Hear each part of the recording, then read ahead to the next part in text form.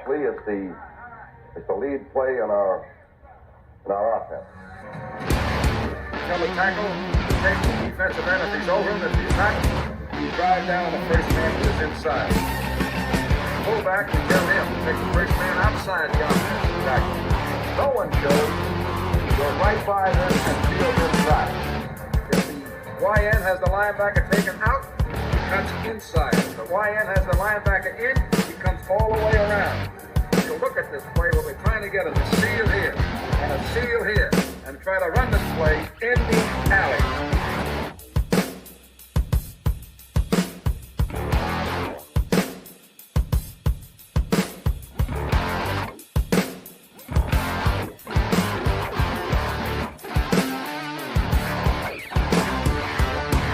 What's up, guys? Welcome into Packers Total Access. My name is Clayton. You can check us out on packernet.com. You can find me on Twitter at Packers_access. If you want to email the show, you can message us at PackersTotalAccess@gmail.com. You can text us at 865-658-5824. Almost forgot the email, Tim. It still happens to this day, man. How you doing tonight, pal?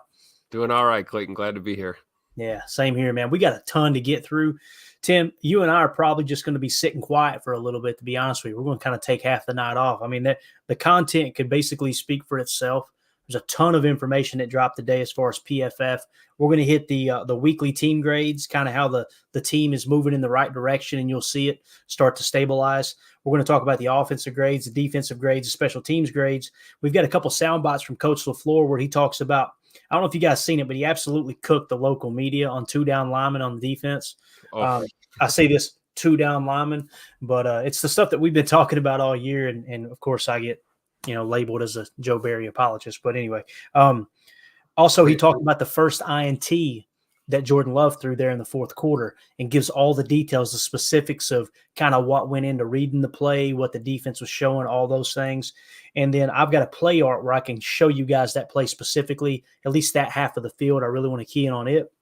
And then I just got a message, a personal message from the 33rd team. I don't know if you guys follow them on Twitter. They're excellent, absolutely awesome, website.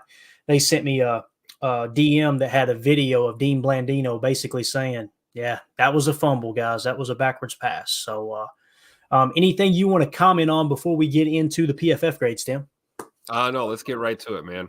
Let's knock it out. Let's go. All right, let's go. Yeah. Quick shout outs to everybody in the chat, man. You guys in here in force tonight. We got Paul Robertson, we got Robert Allen, we got Jeff Schultz, we got Omer in here, keeping them all in line. I like it. Let's see who else is in here. Man, you guys had a big old conversation there. That's what's up. AFAM, I think I said that right. AFAM Rolf's in here, right? Got him in the house. Let's see, Jeff Schultz. I think I seen Carly in here as well. United Bates in here. What's up, United Bates? Red Mo in the house. Yeah, we got a crew in here tonight. Lane Strong in the building. Yeah, dude, everybody. Look at this. Carly Ray. Who else we got in here? Man, y'all had a long conversation. I apologize. I missed it all. Dead Fish. Too many to mention, Tim. We're not going to be able to do this for long. Mike Hebring in here. Yeah, we appreciate every one of you. I just want you to know that, man. I hate it's a bad thing about the channel growing is it's going to lose that smallness, and it sucks. But with that being said, let's talk about the PFF grades real quick, and we'll keep an eye on the chat too, on comments as much as we can. Tim, first of all, weekly PFF grades. This week against the Steelers, kind of stabilized a little bit, 70.2 overall, offensive grade 72.1, pass grade 77.9, pass block 63.1, receiving grade 68.2, running grade 64.3, run blocking 63.5, defense 59.5. That is their second lowest graded game, and you could see it in the run defense all over the tape. 46.7 run defensive grade, tackle grade 33.5, the worst of the year.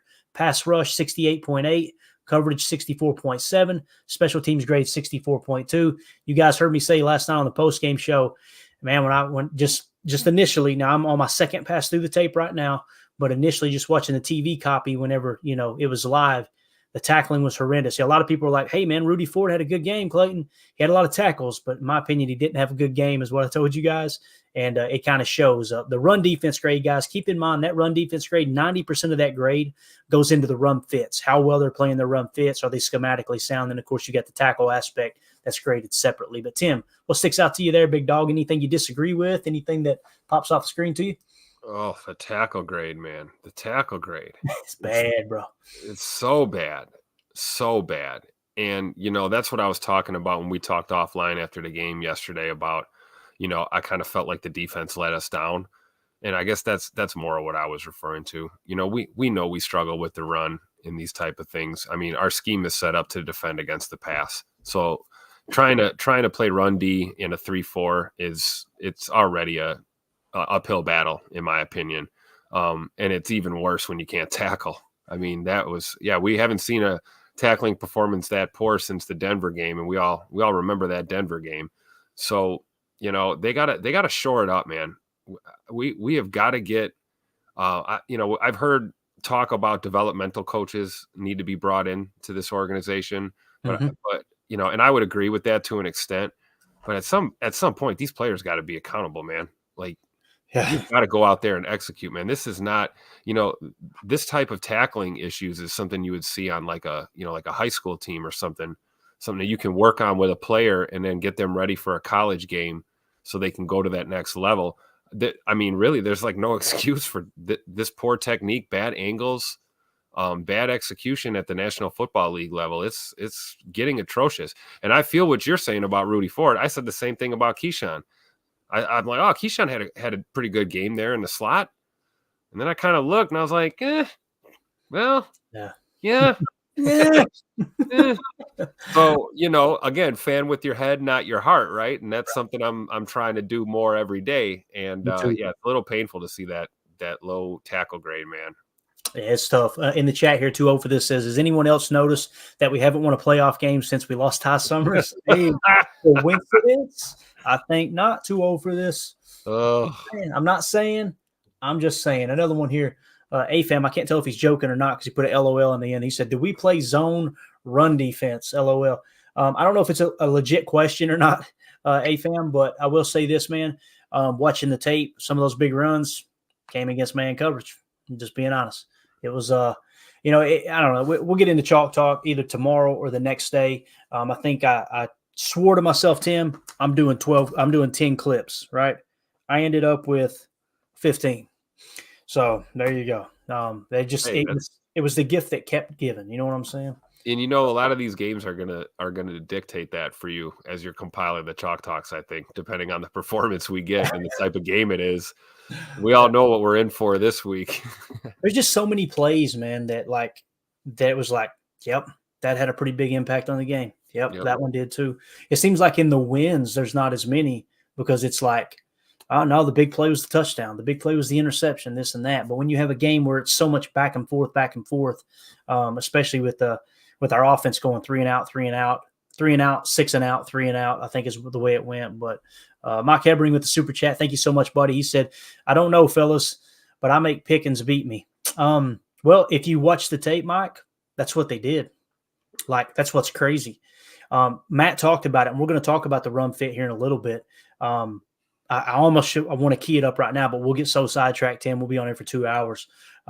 So essentially, everyone was saying we didn't play the box, right? Oh, we played with a light box. I sent screenshots out today on Twitter. Hey, here's another heavy box on 3rd and 3. And I got it. I kind of felt bad, but at the same time, I didn't, Tim. I set these people up really hard.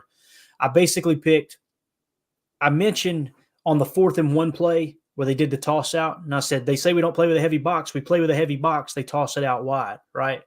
And then I tweeted a picture, and the guys basically came at me saying, well, you shouldn't play it that way, this and that. And I'm like, this is not that play. And the point was, you can grab a handful of plays where they play with a loaded box. The play I picked was a Carrington Valentine pass interference. They played single high, everyone on the line of scrimmage. You had like 7 guys on the line of scrimmage. Yep. And like Matt LaFleur said in his presser, which we'll get to in a little bit, that you're assigned to a single gap in that situation. And if you're not playing your gap, what else can a coach do? Right? You're literally going, here, listen, right here, you go here. And the guy somehow washes out, not gets blocked out, washes out. Now, they did some creative stuff, pulling blocks too. I'm not saying every play was like that, but man, it was a tough look. So again, Mike, on that play there, I think it was Pickens that beat them. They got the pass interference call on, and then later on, back shoulder throw to Pickens. So they did play a lot of that game yesterday. The problem was they beat them on 2 explosives in press man, right? Single high press man where you had the box loaded, and they ran the ball on you because guys weren't playing gap sound. So, and again, that's not me saying this isn't Joe Barry's fault. I'm saying there's nothing wrong with how they called the game. There was a couple of plays. It's like, yeah, they really took advantage of your scheme there. But for the most part, it was just what they're not doing, Tim. They're not coaching these guys up enough to play gap sound. That's what I think so too. And I think maybe you're putting a lot on their plate and you're asking them to know a lot. And like you said, it's really simple. Here, be here, do this. Here's your assignment, right? There's 11 guys on the field during a play. Everyone's got an assignment. Do your job. Well, we either have guys not thinking and using their brains, or we have guys that are overthinking and thinking they know better, or they're going to get, ahead of it, or they're outsmarting themselves basically. And I feel like somewhere in between those two lies trust. And it's a player that trusts it and just goes and plays. And I don't think we have a full trust in what we're doing out there all the time. And, that could come with the youth and the inexperience too. But I agree, Clayton. I think we got to coach these guys up more on the technical and physical sides of this game because they're being schemed properly, in my opinion. And I think you would agree with that too. And nobody's going to call a perfect game. There's times that we're out of position and we don't have a good look, or we're down in the hat count. That happens. It's called football. You got, Tomlin and LaFleur going at each other all day.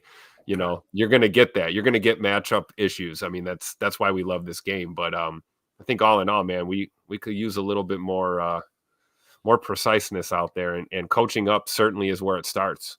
Yeah, no doubt. Mike Hebring says, just wanted to clarify. He says, sorry, fellas, I meant Pickett, not Pickens. It still applies, right, Mike? Yep. What you're essentially saying with, all right, let's let Kenny beat us. You played single high man, middle field close, right? And you're saying beat us deep down the sidelines. And they did at least 2 times. One for a huge penalty where they had the guy cooked. And if he didn't grab the jersey, I don't think the guy makes the play is what's crazy. So, if that ball falls incomplete with no pass interference call, you're probably going 3 and out that very first drive, as opposed to, I think it was a 3 and out. They might have gotten 1 first down up to that point, but you're probably getting off the field there, right? Because they took that shot because they were showing, 0 in the box. That was or they were showing like 8 in the box. That was a 3rd and 3 play, if I remember correctly, but it's all a big blur. Again, Mike, thank you so much for the super chat, buddy. We appreciate you. All right. Since we're talking about defense, let's go ahead and hit the defensive PFF grades first, Tim, if that's cool with you, and then we'll come back to the offense. All right. So here are the defensive PFF grades. So Rashawn Gary, 79.1, the highest graded player. Mike Hebring in the chat's going, well, crap. I guess he finally said he was going to earn that check. But yes, it was a good grade, right? Good grade. He played gap sound in the run defense. Actually had a couple plays where he was trying to chase the run down, didn't make the tackle, but Gary was leaving it all out there. You could see him on the tape. His tackle grade, though, 42.9. Absolutely horrible. You can't have one of your front 4 and a nickel 2-4-5 be that bad at tackling. You just can't do it. And as soon as I say that, Tim, very next grade, 73.5 for Kenny Clark. Again, good pass rush grade. You've seen it all over the tape. Look at the tackle grade. 23.5. Horrendous. There's one play, one of the first runs I break down on Chalk Talk. You'll see it. He completely whiffed. Devondre Campbell, he didn't get washed out of his gap. He gets to the gap, and it's like he's looking one gap over, like he lost sight of the running back. And then Jonathan Owens comes in and misses a tackle as well. Kenny missed a tackle. Devondre Campbell gets washed out. And then J.O. misses a tackle, and I think Rudy missed a tackle right after that. Like, it was bad, man. It was real bad. Corey Ballantyne, 71. That's, we talked about that, Tim. He kind of flat. We said, I think he had a better game than Valentine, and it's showing right here for sure. Corey Ballantyne, 71.0. Preston Smith, 69.3. Just been one of the most consistent players this year. Look at his. Absolutely. Look at that tackle grade, Tim. 75.2, right? That was our 3rd highest tackle grade on the day for sure. Let's see here.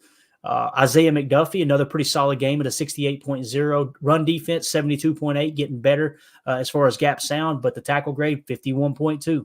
These are all the things we talked about, gang, and it's showing up. When it shows up on the tape, when it shows up on the TV copy, then it shows up on the tape. Then PFF's talking about it. You can kind of check the box, right? I was talking to Coach Hahn about that offline. Carl Brooks, only 14 snaps, but a 66.7. Didn't have a tackle grade at all. I'm not sure what's up with that. I didn't key on him much because, again, he had, very few snaps. 67.5 run defense grade. Pass rush was bad, though, 59.4. Anthony Johnson Jr. only played 6 snaps, 63.7. Good tackle grade, though. Remember, Tim, last week he had a bad tackle grade, right? Yep. So he recovered there, although it was just a few snaps. Keyshawn Nixon, this is what we were talking about, 62.2 run defense, the run fit, 45.6 with a tackle grade of 56. Not going to get it done. Devontae Wyatt, once again, you can see it all over the tape. Run defense 61.3. Defense 61.3. Run defense 61.1.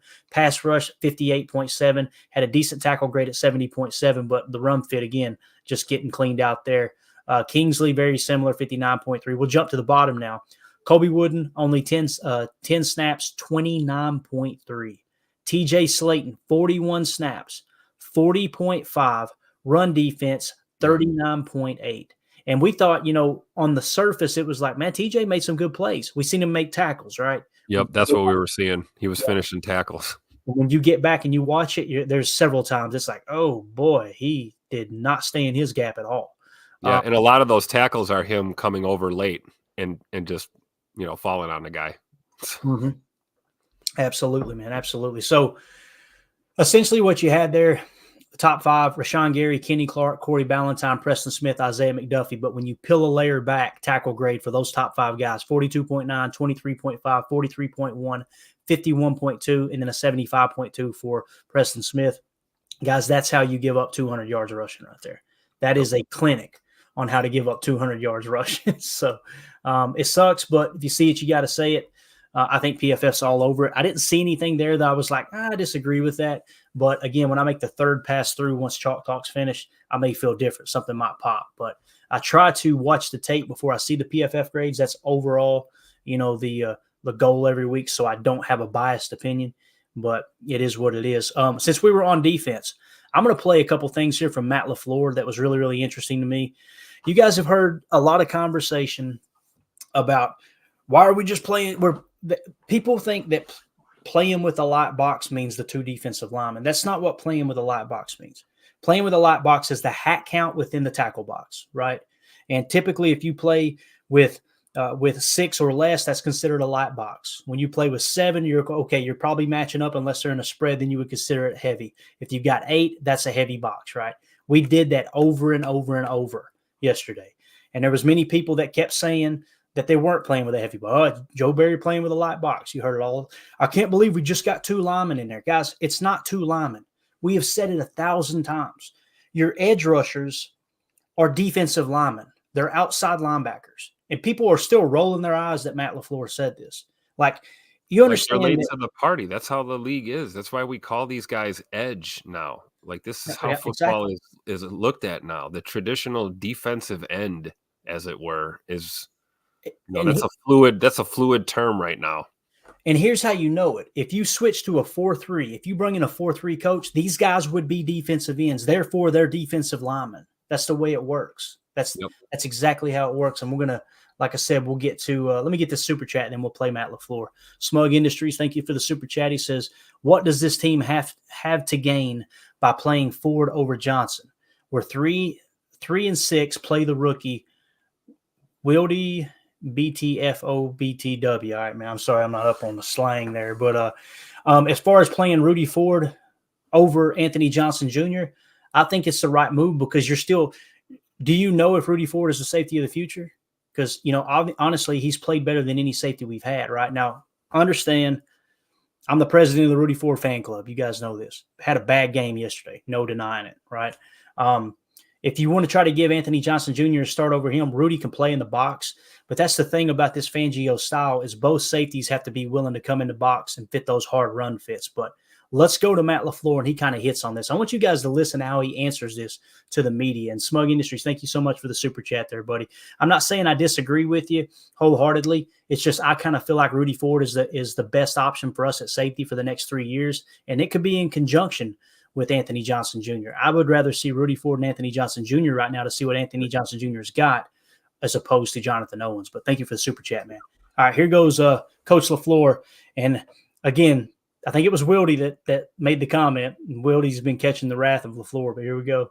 Instances where you guys were in nickel with the 2 down linemen, and there were a couple of that is baffling to me when people talk nickel defense and they talk about 2 down linemen, because I don't know what that means. true down linemen. You've got 2 inside linebackers. So you got outside linebackers, just so you know how us in this profession view outside linebackers, when you go to nickel defense, they are defensive ends. And we have some of the bigger outside linebackers in this league. So I think it's comical when I hear people talk about, oh, they have 2 down linemen. I'm like, to me, people are exposing themselves when they say that. Like, there's 4 defensive linemen on the field. When we play teams, 3-4 defense is not something new, right? That is our base defense. But when you go nickel defense, those outside linebackers become defensive ends. And the way we always judge it is, would you want a running back blocking that guy? Would you want a running back blocking Preston Smith? Would you want a running back blocking Rashawn Gary? The answer is usually no. So they are defensive linemen. So now he goes on about the run fit here. Ton of 2 shell versus us, especially in the second half. He said they ran a bunch of 2 shell against us, especially in the second half. What he's talking about there is they were playing 2 safeties on the shelf. The first interception that Jordan Love threw, they were playing cover 2 man. Cover 2 man, 2 man under. Basically, everybody's man across the board, 2 safeties on the shelf. That's why that was a bad decision by Jordan Love, and the reason that defender was able to tip the ball and get it over. But he's talking specifically about run fit here. They were in 2 man under, and they still hit home in their run gap. Listen to this. And they were still able to stop the run pretty effectively. So every game's a little bit different. Obviously, there's different versions of quarters coverage out there. Some of the quarters coverages, the safeties are hard run support players, where there's other version of quarters where they're a softer, we call it a palms coverage, where they're not as quick to trigger into the run support. So you are left. But I thought there was only one type of quarters. You mean there's multiple with different principles and different? You mean this league is complex? With a lighter box. Anytime you give up 200 yards in this league rushing, it's obviously not a good day for you on the defensive side of the ball. We obviously have to coach some things better. We've got to put our guys in better positions, but our guys at times especially when we're in single safety defenses, there's a saying, 1 back equals 1 gap. Everybody is gapped out, and you need the people to show up in those gaps in order to stop the run. And when somebody loses their gap or gets cut out of a gap, that's when you get gashed, because they're not where they're supposed to be. Or if somebody misses a tackle, that's where you get gashed. What? You mean people aren't where they're supposed to be? That really caught me off guard there, Tim. And I like what Robert Allen said in the chat here. He said, we run too high and get gashed. Bingo.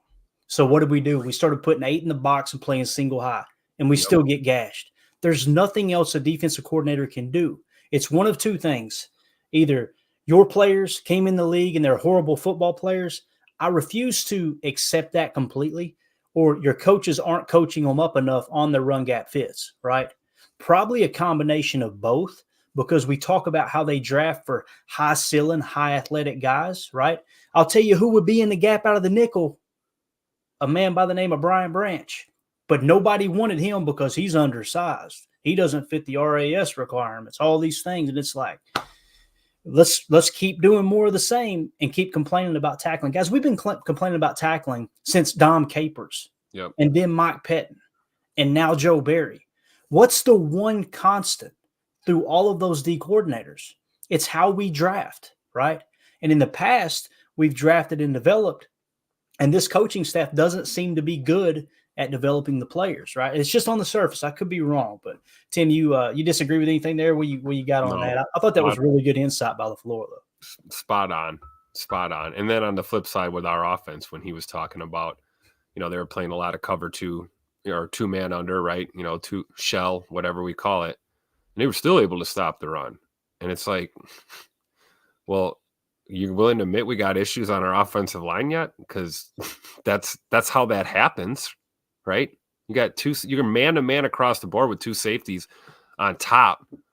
We can't throw or run against that. We've got a problem. We have a problem. We should definitely be able to run the ball there. Absolutely.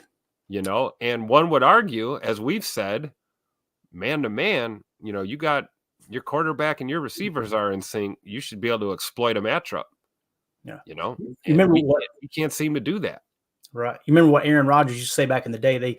The league caught on to Aaron for a little bit, and they would just play 2-man under because he is so protective of the football. He wasn't thrown into coverage. Now, if he always had a saying, if I see the jersey number, meaning their backs to me, I'm putting it right by their ear, right? But if you won't throw into the safety and it limits your options, what Aaron would always say is they would ask, well, how do you combat the 2-man, 2 on the shell coverage? And his response was, you got to run them out of it. We're not running them out of it. We didn't run them out of it yesterday, And again, it's like a comment there in the chat. I think it was Robert Allen said, we run too high and we're getting, ran all over. So I like what Omar says here. He says, Clayton got the mug, Paul. He working hard today. And I think someone said he got Paul Robertson said he got that diesel in that mug. Love it. So Mike Hebring not with the super chat, just a regular chat here. He said, bottom line, the defensive run defense is not good enough. Yes. It's the coaching's responsibility to figure it out and fix it. Yes. But how much of the responsibility falls on the GM? You can go to the grocery store and get me 3 potatoes, right? 3 potatoes, some Hershey Kisses, and I don't know, an airplane bottle of Seagram 7 and tell me to make a steak dinner. I ain't making a steak dinner. You know what I'm saying? I'll probably keep the Seagram 7, but that's sort of but I'm just saying, like, you can't just put it all on the coaches. You can, and you can rewind all the way back to 2012. They were doing it then. They were doing it under Mike Pettin. Now they're doing it under Joe Barry. Again, I hope they find another defensive coordinator. One of the reasons is the same reason that I was kind of hoping they get rid of Aaron Rodgers, because that's probably what it's going to take to see that there's a problem. Like, that's how I got to that point last year when I would watch the tape and go, that ain't on Aaron. That ain't on Aaron. There's mistakes all the way across the board. These guys can't pick up the offense. They can't be where they're supposed to be in the choice routes. And I got to the point where this fan base broke me. And I was just like, you know what? You're right. Let's get rid of them. And I hope I'm wrong. Was I wrong? I wish I'd have been wrong. You've seen the struggles got worse, right? So, again, you're not wrong there, Mike. Bottom line, the defensive run defense is not good enough, and it isn't. It's nowhere near good enough, and these guys aren't responding to Barry as far as the run fits and all that. Again, I think that's more position coaches than the DC. The DC's putting a game plan together. The position coaches are trying to coach all that technique and make sure you're fundamentally sound, all those things. But I'm not in a coach's room. I'm not going to pretend like I am either. I'm just watching the tape and saying, hey, here's where I see the issues, right? So with that being said, let's move on to offense, you guys. So offensive PFF grades against the Steelers. Elton Jenkins, this is, we gave Elton a contract, Tim. This is good to see, man. Elton Jenkins, 81.1. Pass block grade, 79.4. Run block grade, 85.1. Thank you, Elton, for showing up. Thank you. Big E getting it done. Yes. Jaden Reed, 79.1. Rookie Jaden Reed, 79.1. Now, when you look at all the receivers, right, Romeo Doubs had 56 snaps. I'm just trying to take a quick glance. 53. Christian Watson had 51. Jaden Reed only 35. Why is that, Tim? 12 personnel. Yep. If you would stay in 11 personnel, he's one of your best players. Keep your best players on the field. 79.1. Excellent. Look at his pass grade, too. That throw that he threw across to Aaron Jones got a 77.8 for that. No, it wasn't. That was Jaden Reed. I don't know how he got that pass grade, to be honest with you. I was thinking it was Dontavian Wicks. He got a 69.5. Must have been a little low there. That's funny. So Jordan Love, 77.8. All right. Passer grade, 77.9, guys. His run grade was a 54.6. So according to PFF, didn't make good decisions when he was running with the ball. But 77.8, that is a step in the right direction, Tim. That fires me up, man. You're seeing it week in and week out now. He's getting better. And the tape is showing that, man. The tape's showing that. That throw at the end, that's a mistake on his part. We'll get LaFleur's comments on that here in just a second. But that's really exciting that Jordan Love continues to take a step in the right direction. And you could see it. There was still misses, right? You guys have seen me on Twitter defending Christian Watson. Like that throw, I literally showed the tape. I'm like, people were calling this a drop. The defender smacked the ball away. How is this a drop? Well, he Yep. needs to go up over him. What? Like 50-50 balls. Josh Myers, nice little rebound game here. 76.6. Look at the run blocking, Tim. 88.7. What the heck? Pass blocking, 43.8. He Dude, did it. Jekyll and Hyde, man. I'm telling you, bro. Jekyll and Hyde with Josh Myers. You never know what you're gonna get. Inconsistency, man. It's God, it's so tough. Like you don't know what you're gonna get out of him, right? Yep. It's frustrating. But again, one of his better graded games, mainly because that run blocking grade. He was, I mean, evidently when AJ Dillon had the ball, he was ready to block. 88.7. You've seen some of those big plays. We'll show some of that on Chalk Talk. Luke Musgrave, 72.7, Tim. Passing game grade of 71.3, right? Run blocking, 73.1. Remember us talking yesterday? I'm seeing improvement with Luke Musgrave's run blocking. I know pass blocking. I know some people probably made fun of me. His run blocking, 62.7. This is a rookie tight end. Yep. Should be hideous at run blocking and pass blocking your first year in the league, right? Yep. He's starting to turn the corner, man. I'm excited about it. So, what do you think about the good grades? Then we'll hit on some of the bad there. Yeah, Josh Myers does stand out to me. We touched on that a little bit. We get too old for this. Best football of his career. Go ahead. Yeah, Josh. Yeah, I mean, it makes me wonder. It's like, so basically, what he's telling us here, if we're just looking at the grades, he's basically saying, "Look, I can run block if you need me to, but that's going to be it. And then you're not going to get much pass pro from me, or I can be really good at pass pro, but I'm blocking ghosts in the run game." Mm-hmm. It's like, man, if we could just get like even keel, like you could just be average across the board in these categories, we'd be much better off. But you know, I'm not going to bag on him too much. Clearly one of his better games this year. Right. Yeah, you know, Musgrave, what can we say, man? You know, it's great to see him getting dirty and doing the stuff in the trenches that we need. But I think we all know that long term here, you know, we're not going to need him to be a blocking tight end for much longer. He's a field stretcher. He's a weapon. So it's nice to see him doing these things as a rookie that, you know, come with the territory. You got to be able to block if you're a tight end or a receiver, period, point blank. Do you have to do it a phenomenal job at it all the time? No, but you have to be consistent and be effective. And I think Musgrave is showing that, and he's just rounding out his game as a complete tight end. So it's good to see in year one. Yeah. Paul Robertson in the chat says, by the time these players become consistent, Goot trades them or jettisons them in free agency.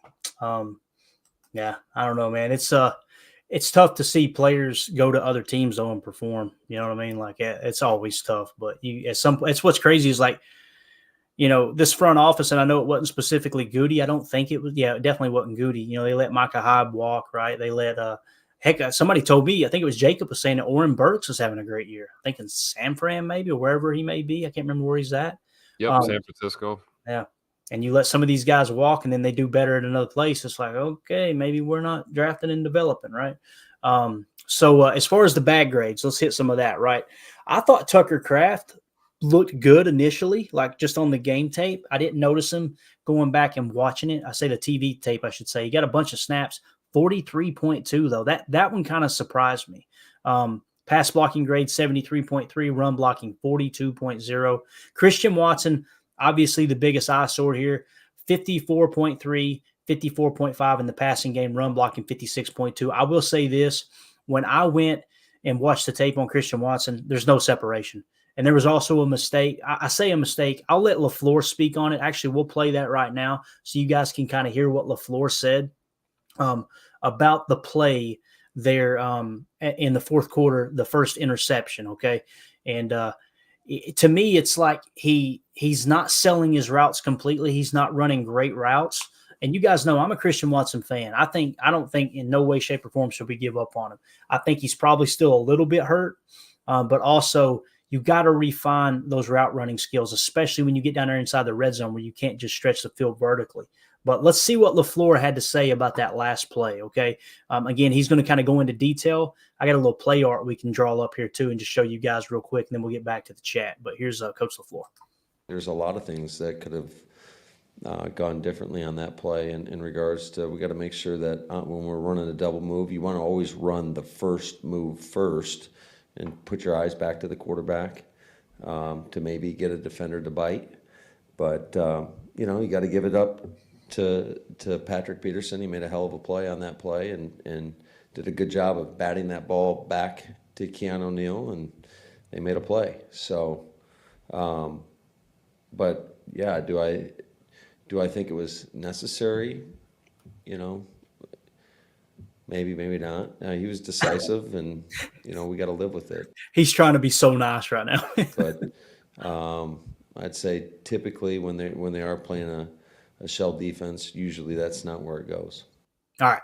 So usually when they play a shell defense, that's not where the play goes. All right. I'm going to draw it up in a second. Here's part 2 of his comments. Route to win. I just think a lot of times, from my past experiences dealing with wideouts, tight ends, running backs, whoever that is running a double move, a lot of times guys lose their patience. And if you're running, we call that an Omaha pump, so a quick out and up, you want to make sure that you flash your eyes and run the Omaha portion of the route to hopefully get the defender to bite to open up the second portion of that route. Like Musgrave was right next to him. I thought Luke did a really nice job of getting his eyes back. That's a stick nod that he was running. And, he ran the stick portion of the route, hopefully to get the guy covering him to undercut the route and opening up down the field. All right. So, Mike Ebring, I see the super chat, buddy. I'm going to get to it in just a second. Please be patient. Here is the play diagram, okay? We were in 12 gun nasty, right? The nasty splits. And we ran, I'm just going to focus on the left side of the play, okay? Because that's the play side. Omaha pump, stick nod, okay? I can't show you guys a cursor on this image, so you got to really follow along. On the far left side, you got the Z, right? That was Christian Watson. All right, why is he the Z? He's lined up on the same side as the Y, okay? You see the Y on his side of the field. So it was Christian Watson and Luke Musgrave. So essentially what was happening is it was a double move for Christian Watson. He's going to run an out and an up. That's called an Omaha pump. You'll see on Chalk Talk, Jordan Love really mails in the pump fake too. Not that it would have mattered because Christian doesn't even put his eyes on the quarterback. You've got to sell that. They're playing 2-man under. You notice the 2 circles at the top of the screen. Everyone's in man coverage underneath, right? And it's just a 4-man rush. You'll see they tried to overload the right. What they're trying to do is get TJ Watt in an isolation in a wide 9 on Zach Tom, right? So they know they've got safety help over the top. And 9 times out of 10, they'll bite on that underneath route, right? But as soon as the ball was snapped and Jordan seen, okay, middle field open, that what I mean when I say middle field open and middle field close, okay? This is middle field open. The safety split, 2 on the shelf, shell coverage, right? And you're in man coverage underneath. That means middle field open. If you had a safety in the middle of the field, just single high, that's called middle field close. If they were playing a single high, like a cover 1 robber here, where there's just one safety deep down the center, you take that shot to Christian. As soon as he dropped back and you see him kind of half-heartedly do the pump fake, Christian, first of all, Christian didn't get his eyes on the quarterback. It was a bad route. It was a sloppy route. I'm showing how the route's supposed to be ran. It was more of a kind of angle toward the sideline, then cut up the sideline, right? It wouldn't even be considered a wheel route. But he mailed in the Omaha pump. Jordan mailed in the pump fake as well. He just kind of moves his shoulders just a touch, right? Safety over the top. As soon as the ball is snapped, his eyes go to the safety. Middle field open, middle field closed. He should have seen middle field open and came completely off of Christian Watson, then worked back to the Y on the stick nod, and then you got your safety valve underneath. You'll notice the squiggly lines going to the right. That's showing how the backer was vacated on the swing route there to Aaron Jones out of the T. And the U, Tucker Kraft, was left open. When I say left open, he had about 5 yards separation between him and the defender. It was a 2nd and 9 or a 2nd and 10 play. You pick up easily 5 yards, maybe even 7 or 8, and now you're in a 3rd and short situation, and you've really got them pinned down. Instead, you misread it. You read middle field close as opposed to middle field open. You threw to the wrong read. The defender gets his hand on the ball, and a lot of people on Twitter immediately say, Christian Watson needs to battle for that ball. You threw into double coverage in a too high shell. That's a misread. You can't blame Christian Watson just because you got rude with his parents and they're roasting you on Twitter, right? That's essentially what it comes down to. Hopefully that makes sense, Tim.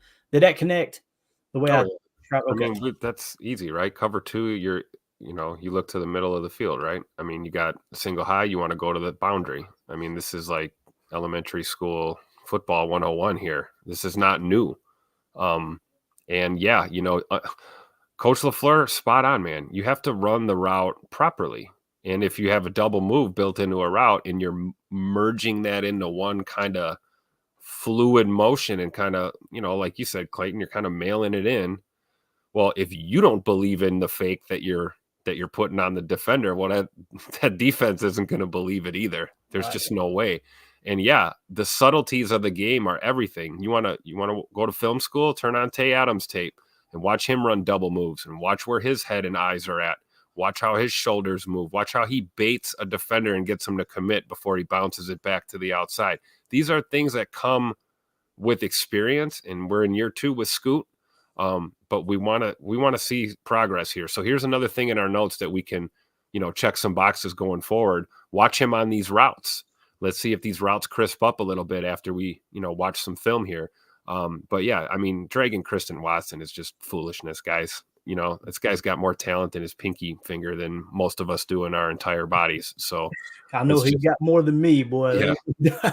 So let's just pump the brakes. And as far as Christian's mom and dad roasting anyone, I don't think they're roasting anyone. I think they're telling the truth, and you're just calling it how it is, and that's what it is, And I don't think anyone's out of line. You can't blame a parent for defending their child, first of all, and second of all, you people are absolute scum of the earth out here on social media. So like, just watch yourselves, people. Like, there's no need to make anything personal when we're talking ball.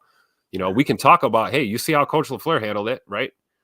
You talk about the game. You talk about the route. You talk about the concept. You talk about the execution. Yeah, talk about what happened.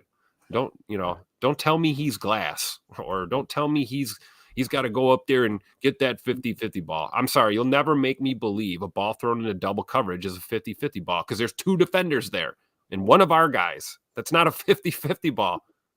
Yeah. And Goose said in the chat here, and I'm going to Mike's super chat next, but he said, remember what Adams looked like in year 2. The same things, and people don't want to believe it. The same things that are being said about Christian were being said about Tay Adams. That would be a cool text message right now. You hear about players keeping up with each other and texting. It'd be cool if Tay reached out to Scoot and just say, hey, man. I'm sure he has it screenshotted too, showing him. You know what I mean? Like, hey, man, keep your head down and keep working. Work through this. You're going to get over this and move to that next level, just like he did, Right. And when his dad went to Twitter today, his dad basically, I mean, he cut deep. He was like, y'all did the same thing to Aaron Rodgers when they drafted him. Y'all hated, y'all dogged Aaron Rodgers because Brett was your quarterback. Right. And he just pointing out the obvious. Now, listen, Tim's not saying it's our listeners. We're not saying anybody in the chat. We're speaking just very generally, because if you go to Twitter, man, and you see them, like, again, if you wouldn't say it to their face, don't say it on social media. Don't be a chicken. Cuss. Don't be that guy. Don't be the internet tough guy, right? Like, and again, if you don't like his play, you can say, "Oh yeah, man, I don't like his play." But going at him in their mentions, like, that's or attack, like looking up, Krista Lynn's profile and just throwing grenades for no reason, like, yeah. I don't get it, man. It's an embarrassment to us as a fan base. First of all, have some respect for these players who put their bodies on the line, and have some respect for their families. Like, I don't know, man. It makes me sick, man. I ain't gonna tell nobody how to fan, but man, don't fan that way if you can. Please avoid it, because that's not a good look, man. Exactly. Mike Hebring with the super chat. Thank you for being patient, buddy. Sorry for the delay. He said, can you tell defense is my passion? I can't help it. Played defensive end in high school and college.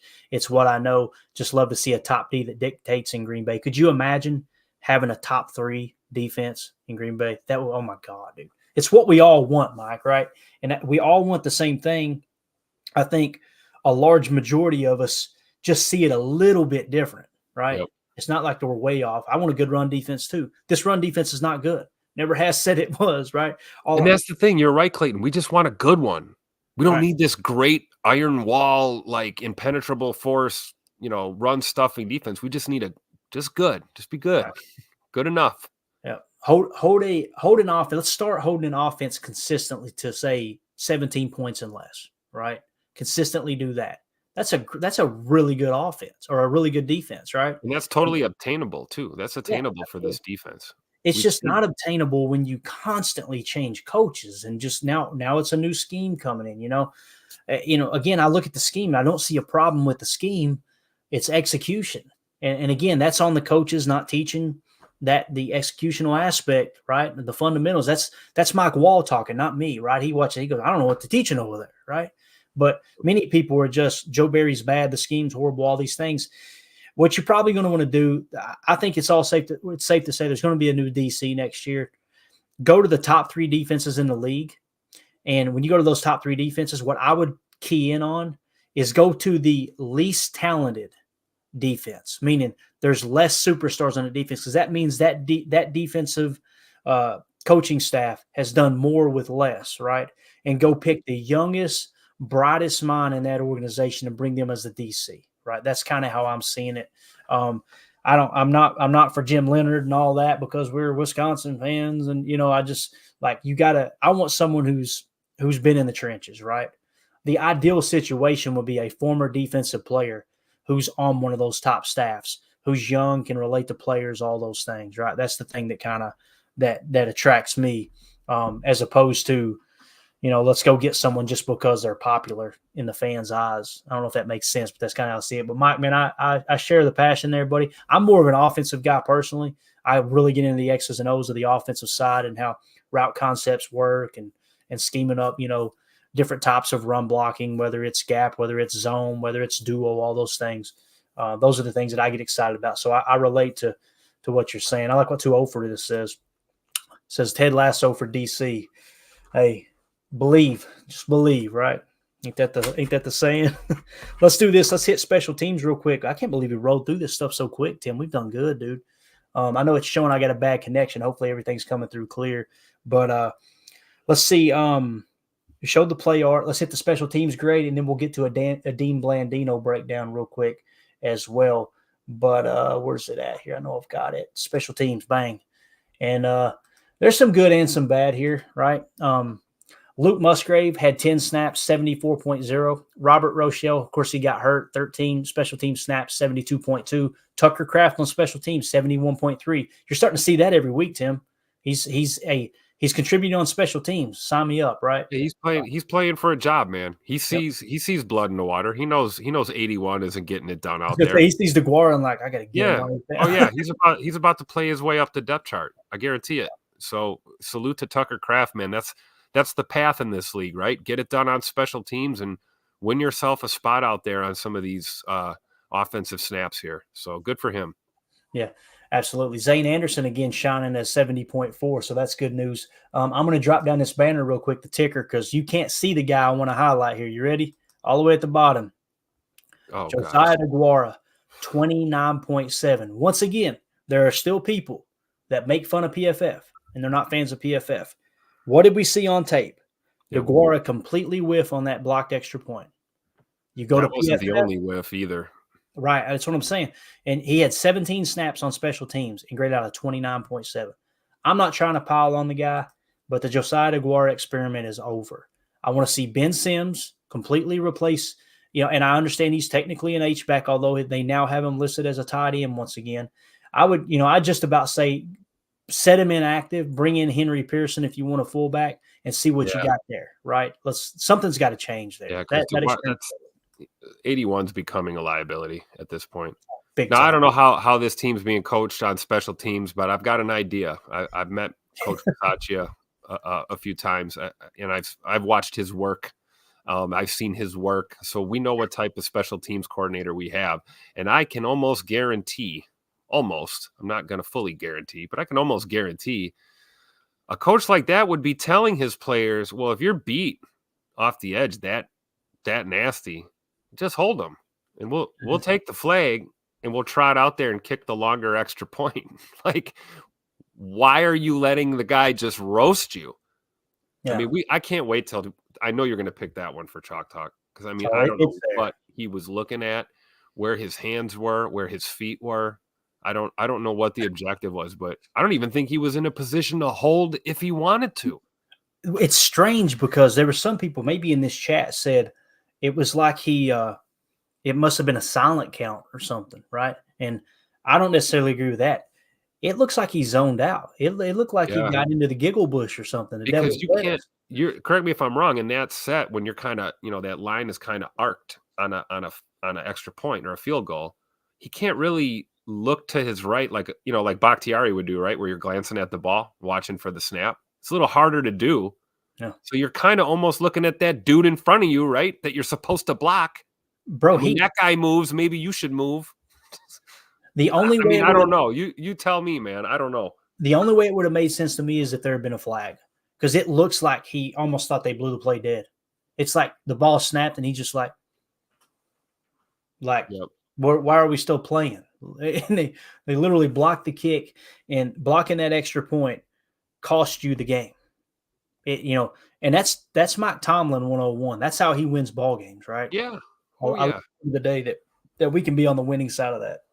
But It's not just that so we haven't- frustrating when you see the stuff coming, right? And then we see this happen. It's like, what did we prep for, man? Come on. Like, why Yeah. are we caught off guard by this? Absolutely.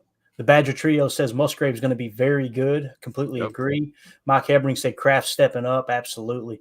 I'm really excited. They're taking steps in the right direction. There's no two ways about that. I think the team is on the right track. Again, I'm going to flash it up here one more time for you guys, just as a quick reminder. When you look at the PFF grades weekly, what you got is great game against the Bears, 75.7, 65.9, 67.9, 64.1, 67.1, 63.3, 63.6. You're seeing the floor in the 63s, right? Then you jump up to 81.5, and you go back down a touch to 70.2. You're seeing things stabilize, right? You hit that valley there against the Lions and the Broncos and the Vikings, and then bang, you bounce back. And listen, everyone last week, including myself, said, "Hey, look, this was an ugly Rams team, right? We beat a bad team the way we should have beat a bad team. Pittsburgh's a good team. They're 6-3. They're going to the playoffs in the AFC if everything keeps going as planned. They're going to the playoffs in the AFC, a tough AFC, an AFC with teams like Kansas City and Buffalo and Baltimore and Miami, right? And they'll be in the playoffs. And we went toe to toe with them with this young team. And I get it, man. It sucks the moral victory every week of, man, we're getting closer. But you've got to acknowledge it. You got to acknowledge this team is getting better, and Jordan's getting better, and that's exciting. So one last thing here, Tim. I'm going to share the screen real quick. And again, the 33rd team DM'd me this. This is pretty cool. They just said, hey, thought you want to see this. So I'm going to share it. Make sure you guys go show them some love on Twitter. I shared the link on Twitter, so go to their site, give them a click. For actually taking the time to send this over to us. It's an excellent site, I'm telling you. It's run by football people, right? This is Dean Blandino, I think he was the former head of officiating, if I remember correctly. But just ignore the Lions hat, all right? Obviously, he's either a Lions fan or he's just trolling a little bit here. But here, you can see this okay, can't you, Tim? Yeah. Oh, yeah. I see that ugly helmet or that ugly Detroit Lions hat there that he's wearing. Yeah. He's got the jawline to wear a hat, though. I wish I did, man. I get this tadpole head. I can't look that good in a hat. But here we go, man. This is him talking about the Kenny Pickett play. Maybe. It's the midway point, and no shortage of crazy, interesting plays. Let's go to Green Bay, Pittsburgh. Second quarter, 3:34 remaining. Pittsburgh with the ball at their own 16, 2nd and 9. Green Bay's down 17-13. Kenny Pickett with a little bubble screen out to Jalen Warren. The ball is on the ground. The Packers are scrambling for it. They recovered at the Pittsburgh 3. They get it into the Steelers' end zone, but the officials rule the pass forward and incomplete. So Packers coach Matt LaFleur challenges the ruling on the field. You can review whether a pass was forward or backward. Here's the deal with this. If it is backward, the Packers will get the ball, but they're not going to get a touchdown. The ball is dead. As soon as the officials rule incomplete, they'll give the Packers the recovery, but there's no advance. But they're going to get the ball if this is backward. 1st and goal at the Steelers 3 with a chance to go ahead in the game late in the second quarter. It goes to review, and the ruling on the field stands. And I know a lot of people were surprised. I was surprised that the ruling on the field stood. Let's talk about the rule. It is a forward pass. If the ball strikes the ground, a player, an official, or anything else at a point that is nearer the opponent's goal line than the point at which the ball leaves the passer's hand. That's the rule. So you look at where Pickett is, you look at where he releases the pass, you look at where the ball ends up, where Warren touched it or it hit the ground. If that point where it was touched by Warren is behind or even parallel to where it was released, that is a backward pass. And I thought there was one shot on the broadcast, a low angle looking right down, almost right down the 9-yard line. Pickett releases it at the 9. The ball to me was touched behind the 9. And if I'm making this decision in replay, I'm reversing it. I'm making it a backward pass, and I'm giving the Packers the ball 1st and goal at the Steelers 3. These are tough calls on the field. And again, you talk about philosophy. Before replay, the philosophy was make it incomplete. We didn't have replay to correct these things. You don't want to be wrong on a backward pass that goes for a touchdown, so make it incomplete. Now with replay, the lean is more to let it play out. Because now, if you don't let it play out, the Packers get the ball, you're going to take away a score if it truly is a backward pass. Look, they ruled incomplete. I'm reversing that. I felt it was clearly backward, and it goes back to the old philosophy of replay. Can you convince 50 people in a bar that pass was backward? I think with the one low angle on the 9-yard line, I could convince. I'd have to maybe kick some Steelers fans out of the bar, but I could convince 50 people in that bar after the Steelers fans are gone that was clearly a backward pass. I love it. You have to, if you had to convince 50 people in the bar, could you convince them? I'd have to kick the Steelers fans out, but I could convince them. It was a game changer, like they're saying here in the chat, Badger Trio. It was a game changer. Couple that with the blocked extra point, right? God, it's just every game, Tim, there's something like this that freaking happens, dude. Every game. Yep. That's all you got. Yep. Well, first of all, I like Dean Blandino a lot. I appreciate his insight. He's much more insightful and entertaining than a lot of these other rules analyst guys. And, he said something that's very true, but I'm going to put a little asterisk by it because he says, the tendency that we want to do here as officials is let it play out. And my reaction is like, yeah, depending on which crew we get, because we all know there's refs out here that love them some spotlight. They love to blow that whistle. True, man. It's true. They love to walk up in the middle of the field and talk and point and, they love it. So make sure their shirt's tight so you can see their biceps. Yeah, man. It's about me, man. Hey, the refs are here too. It's like, the best officiating crews in any sport are almost unseen. You almost don't even know they're there until you need them. We didn't have that crew, guys. We didn't have that crew. And that's why it still boggles my mind. He also said it was a tough review. I disagree. I think someone made a comment. Stevie Wonder could have saw that was a backwards pass. So, the memes, they put Stevie Wonder in a striped shirt. And I was like, and you hit it on the head, Clayton. With that, you want to argue about camera angles. That camera angle, if anything, it would help. We would definitely see if it was forward. Absolutely.